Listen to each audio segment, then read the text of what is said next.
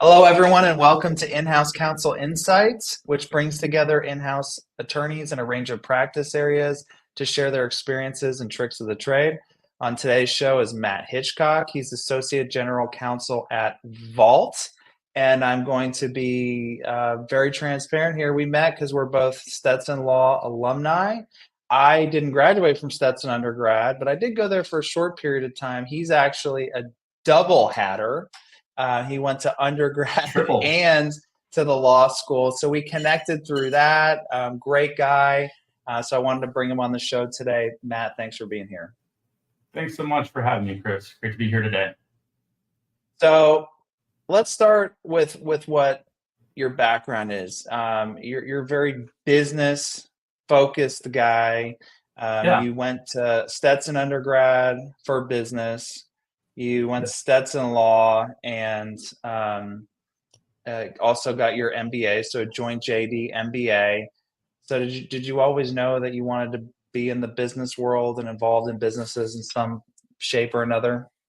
I did. I always knew that I wanted to go in-house. I always enjoy creating things, being involved in a organization where 5 years down the road, I can look back and say, we changed, went from here to there, and I was part of that. I'm sure you can do that at private practice as well. I'm not disparaging that, but just always been kind of called to business and then also legal practice. So to mix the two. And then now I'd say also technology. That's the area that's also blended into my practice quite a bit. I love it. Yeah, I did the business law minor at Stetson for undergrad with that intention of going in-house. And then again, the JD MBA program. So I like to say I got 3 degrees from Stetson, the hatter. So I pulled a hat trick at Stetson. Thank you for laughing. I appreciate that.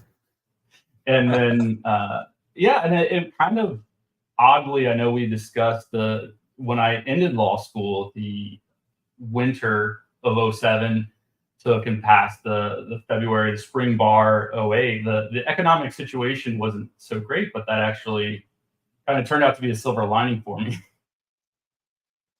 And why is that? So did you, like, you knew you wanted to go in-house, but did you even know how to do that?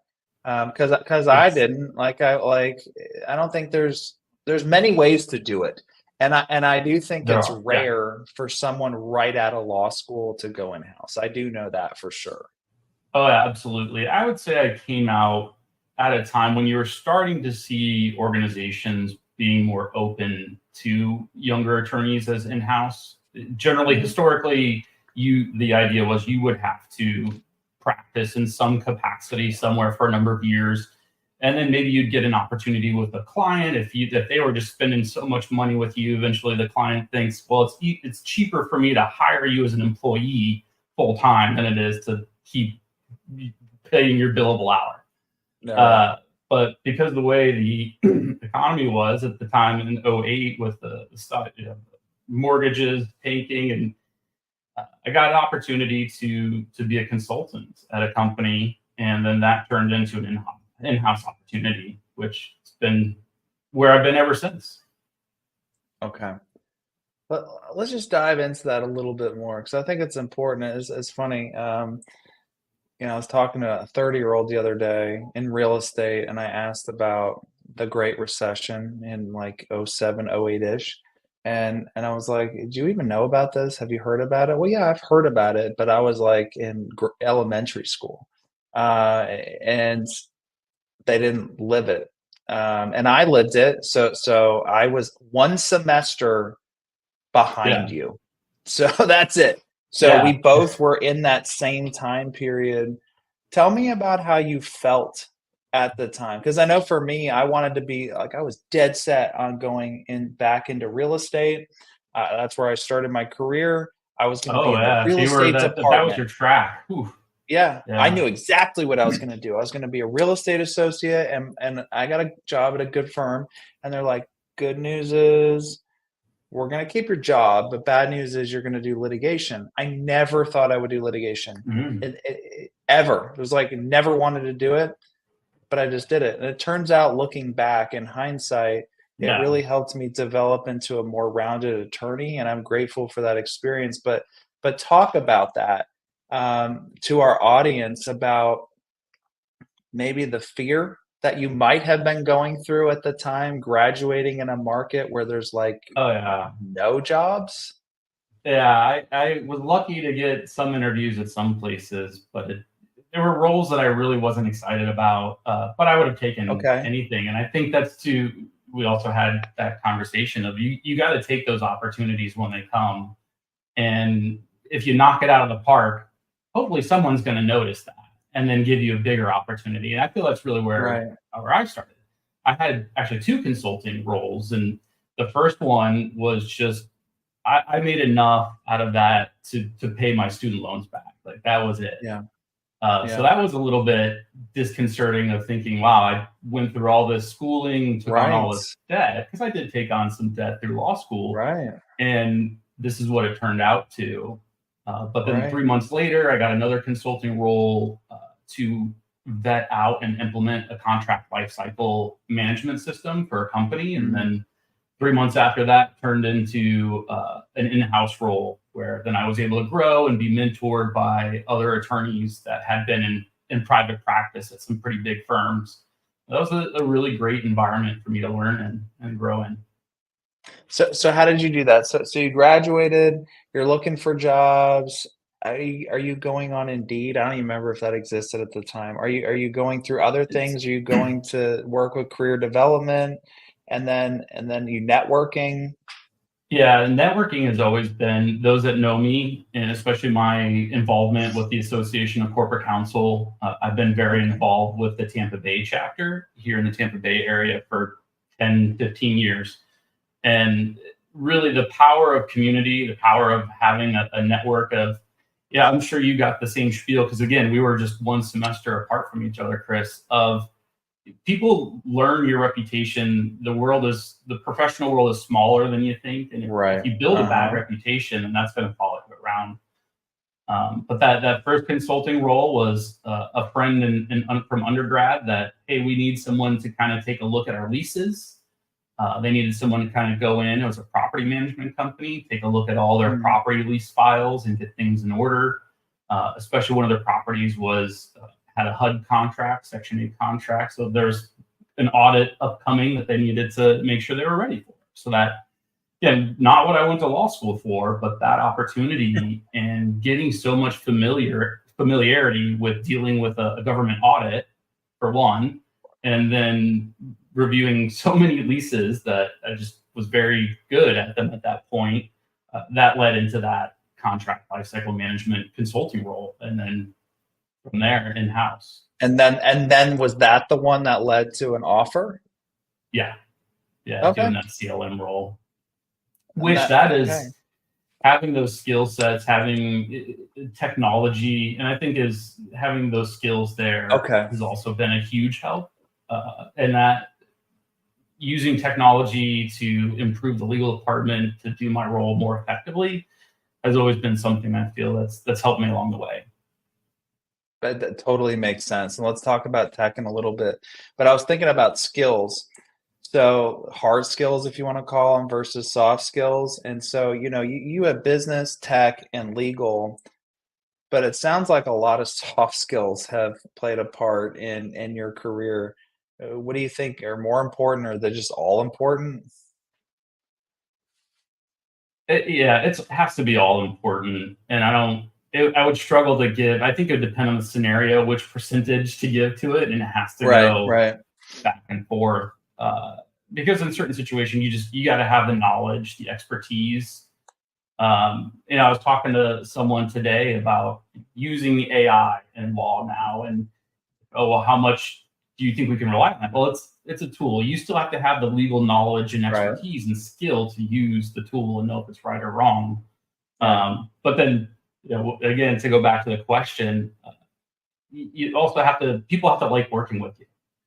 right. We do this job for many hours a day. We're in some very stressful situations, especially given our roles. People come to us when there's a problem. We help them with their problems. Uh, So you want someone that's going to be calm under pressure, hopefully a good sense of humor, and can go through the trenches with you, and you don't feel as if you're had a worse experience because of the person that's next to you. Right. All right. Well, let's delve into the tech. Let's talk about AI. And I guess for the audience to be more specific, we're probably going to be talking about some form of generative AI.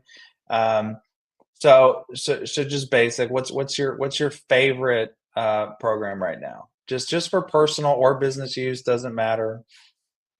I've been pretty impressed with the most recent update to the Chat GPT Me model. too. Me too. For a while there, I was very, very unimpressed. And Yeah. then when they made that most recent update, Yeah. there's still some issues. There's always something to improve, but I thought it was a lot faster, more giving better answers, and so more full answers, I should say. Yeah. But I also like using other tools. Perplexity is a great Yeah. I one. do. I like I Perplexity is almost a new one for me. I use that when I'm starting to research a new topic, something I'm not Me as too. familiar with, because it can not only does it get you up Yeah. to speed very quickly, but then it cites to where it's pulling in information, so then you can trust but verify, right? Right. I always say that you should That's approach. where I'm at too. I always tell people, approach these AI tools. They are a tool, like with a hammer, you can hit yourself and it'll hurt. So don't be that person. Uh, Trust but verify. Think of it like you would a junior associate. You got to have some baseline of trust, because if you don't, then there's another consideration that needs to happen. If you don't have that baseline of trust, maybe you don't have the right tool, maybe the associate's not the right fit. But so you have to have that baseline of trust, but then also look at it with a skeptical eye. It is what is being put to me as fact. Does this make sense based on my years of legal knowledge and skill? Because sometimes the Chat GPT doesn't matter what tool I'm using, and I'll try to do the same thing with different models to see what different results I'll get. Yeah. Love it. I love playing around with it.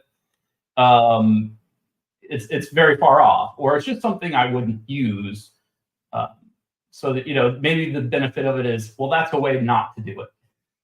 Right. How do you feel about Claude and Gemini? I haven't used them quite as much. I think Okay. Claude is in some of the other tools that I use, but not going to it directly. Yeah. But yeah, I couldn't. I played around with Gemini a little bit, but not as No, much. okay. Okay. All right. Makes sense. Oh, and then are there, you mentioned, so you're kind of Chat GPT and Perplexity, which is funny because I kind of am too. I tend to lean more on Chat GPT when I'm not as scared as much on the hallucinations, Yeah. and Perplexity when there's like some actual like law or like things Right. principles that need Research. to be correct for the same reason that you stated. Yeah. Do you use like them for different purposes? Like how are you kind of using it? And then are there some things that you lean on more in business? I would say I would use them the same way you're kind of Okay. describing. And then what I'll also like to do, especially with like ChatGPT or some others, if I've gone on Gemini as well, just to kind of compare, Yeah. to try to interrogate documents. And when you're doing that, it's important if you're using the free tools that you're stripping out any confidential data. Just because we have a new shiny tool doesn't mean our obligations, our professional obligations as attorneys, no longer apply. So we have to be very conscientious when we're using these tools of what data are we putting into it, what is happening with the data after we hit the enter button. Is it going back to OpenAI or Google? Is it being used to train and refine their model? So if you're looking at something and you do want to interrogate a document, put it in that system and say, what are the strengths and weaknesses here? Whether I drafted it, because beat it up. So, especially being in my role, I don't have a huge legal department to go to. It's me and another attorney. Yeah. Being in house, you're generally smaller department. Yeah. So it's helpful to have that kind of digital second set of eyes to say, where's the strengths and weaknesses here? So I like that as well. So walk us through, because there's people, I think this is overwhelming for a lot of people. It's just something, yeah, maybe Google was like this back in the day, and now it's just something everyone does. I don't view it much different than that, but just doing it is almost scary for them. So, how do you actually strip out confidential information? Are you just going through a Word document and deleting stuff? Are you Oh, redacting a PDF? Like, explain that, and then what are your prompts? What are you using? yeah, yeah. What I'll generally do is I want to have it in a Word format, and Okay, then search for Control F to find those items that are sensitive. And then there's you have to have a trust in yourself that this document, and that to hit what items are sensitive. Go through, replace those if needed with replace the name of your entity with party A, the other entity party B, what have you. okay, If there's something about business terms that really are not important, it's about how many widgets and the price, it doesn't need to know that. But if it's looking at a very complex indemnification clause or something like that, it's going to really perform well there yeah, because it's probably been trained on millions of indemnification clauses that have been right. filed in various public databases or private ones as well. That hopefully they're being licensed properly, because I know there's concern of some of these organizations are not licensing the data they're using to train their models. Yeah, uh-huh. But Okay, then, yeah, once you strip out all that, and then you can use that. Then you can ask it. I try to keep my prompts pretty simple, and then iterate. I feel that it should be an iterative back and forth process. Sometimes you're not going to get something that's really, you think, there's more here, and I can let me maybe phrase it a little bit differently. But I generally try to keep my prompts simple. And there's tools you can find out there. Lots of places now are putting out training, even free resources on ways to prompt these AI tools. is it is it just me, or do you kind of, is it amazing to you how our tastes have refined for generative AI? Like, I feel like the first time I saw it, I was so wowed, and now I'm like, "Oh, no, that's AI garbage." Or like, Yeah, I see a lot more things, like, I see a lot more problems with it now than I did in the beginning. It's like I feel like I've refined my taste. yeah, it's interesting to see how you'll have a tone or a feel to the responses that are different depending on the model you use. They almost have like a personality to them. Whereas, yeah, I think some people have complaints with the current Chat GPT model that it's a bit too nice. It's very. Okay. It'll have language. It's a bit, flowery. So again, it's helpful to get a rough draft of a letter. I can go be researching a topic and say, just prompt it. I need a cover letter to send something to the other side, and to send something over. Just put a letter together real quick, so it's done in a snap Yeah. while I'm doing something else. I'm not going to copy paste and send, because that would be irresponsible. But it's Right, definitely right, a good right, first right, right. start. Exactly, exactly. So what else are you using some of these tools for? Or are you seeing it used? And I'm sure vendors pitch you on different things too. So it might Oh be yeah, something that you yeah. haven't even used that you're hearing about. Contract management, maybe an item. Yeah, I'm working on again another CLM implementation. It seems to Okay. be that one thing. No matter where you go, organizations have contracts, and they want to be able to know what the risks are in those contracts. So we're using a tool right now that has AI capabilities in it, mostly around scanning and identifying key Okay. terms. So having gotten delved too deep into it, using it to draft the documents. Sometimes I'll use other tools to interrogate a clause or something like that, Right. but not relying on it too heavily to draft things. We generally, I think, as attorneys, we have lots of templates and Yeah. things we can use there. Um, don't necessarily need AI for those, but some of them Right. are. I've heard some of the paid tools I've heard good things about. I haven't used them yet, but interested to try them out in the future. Okay. Let's wrap it up kind of with this. What is your belief regarding technological competence in the practice of law, and whether we as a profession are where you think maybe we should be? Should law schools maybe be taking it more seriously? What can we do Mm. about it? But I, I want to hear your thoughts on that. I'm a barred Florida attorney, and we have a technology requirement. It's viewed as an Okay. ethical obligation in Florida to maintain your competence on these tools, these technologies that are impacting the practice of law. So I try, anytime I'm speaking on this, I try to remind folks, if you're in Florida or a similar jurisdiction, you almost have an ethical obligation to make sure you're at least understanding these tools. It doesn't say you have to use them in your practice, but if we're already seeing stories of people say, well, this evidence was, AI generated and it's not actually me committing the crime. I mean, these are things we're going to have to consider. Doesn't matter where you are in the practice of law. I see AI is here to stay. Whether it becomes the big game changer that everyone says it's going to be, or if it's a little bit more of a subdued impact, it's still going to be here, and it's going to have an impact on the practice. So I think it's important for us to understand, even if you don't use it in your practice, use it at home, have it plan your next vacation. That's interesting things that you can just start to get familiar with it. And again, if you are going to use it in your practice, you really need to understand what data are you putting in it, and what is that AI system doing with it once you hit submit. Man, that's excellent advice. Well, Matt, I really enjoyed our time together. Same here. Thanks for Thank you. coming on the show, and you have a good one. Thank you.